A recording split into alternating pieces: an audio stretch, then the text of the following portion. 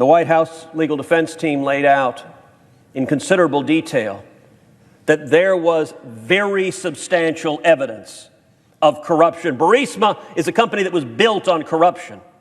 The oligarch who started Burisma, Mr. Zlochevsky, was the sitting energy minister in Ukraine, and he amassed his billions by, as the sitting energy minister, giving gas licenses to his own company that he was heading.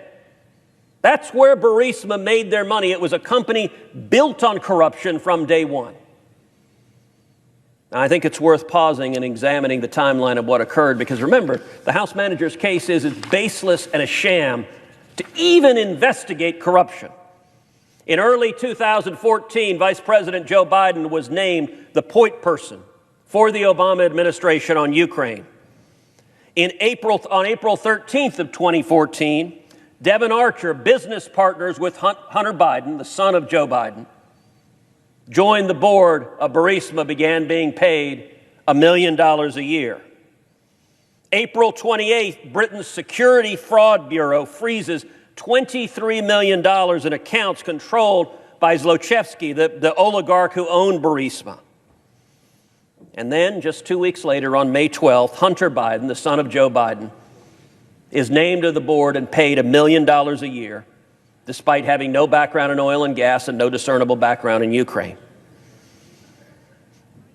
Hunter Biden gets paid $1 million a year, and Joe Biden actively, aggressively, vigorously leads the Obama administration's policies on Ukraine. Now, the House managers were asked in questioning, what exactly did Hunter Biden do for his $1 million a year? They refused to answer that. That is a perfectly reasonable question to ask if you're investigating corruption.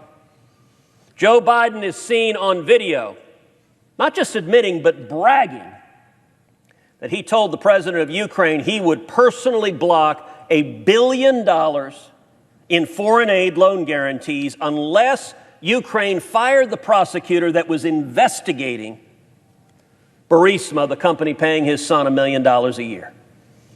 And as Joe Biden bragged on that video, well, son of a bitch, they fired him.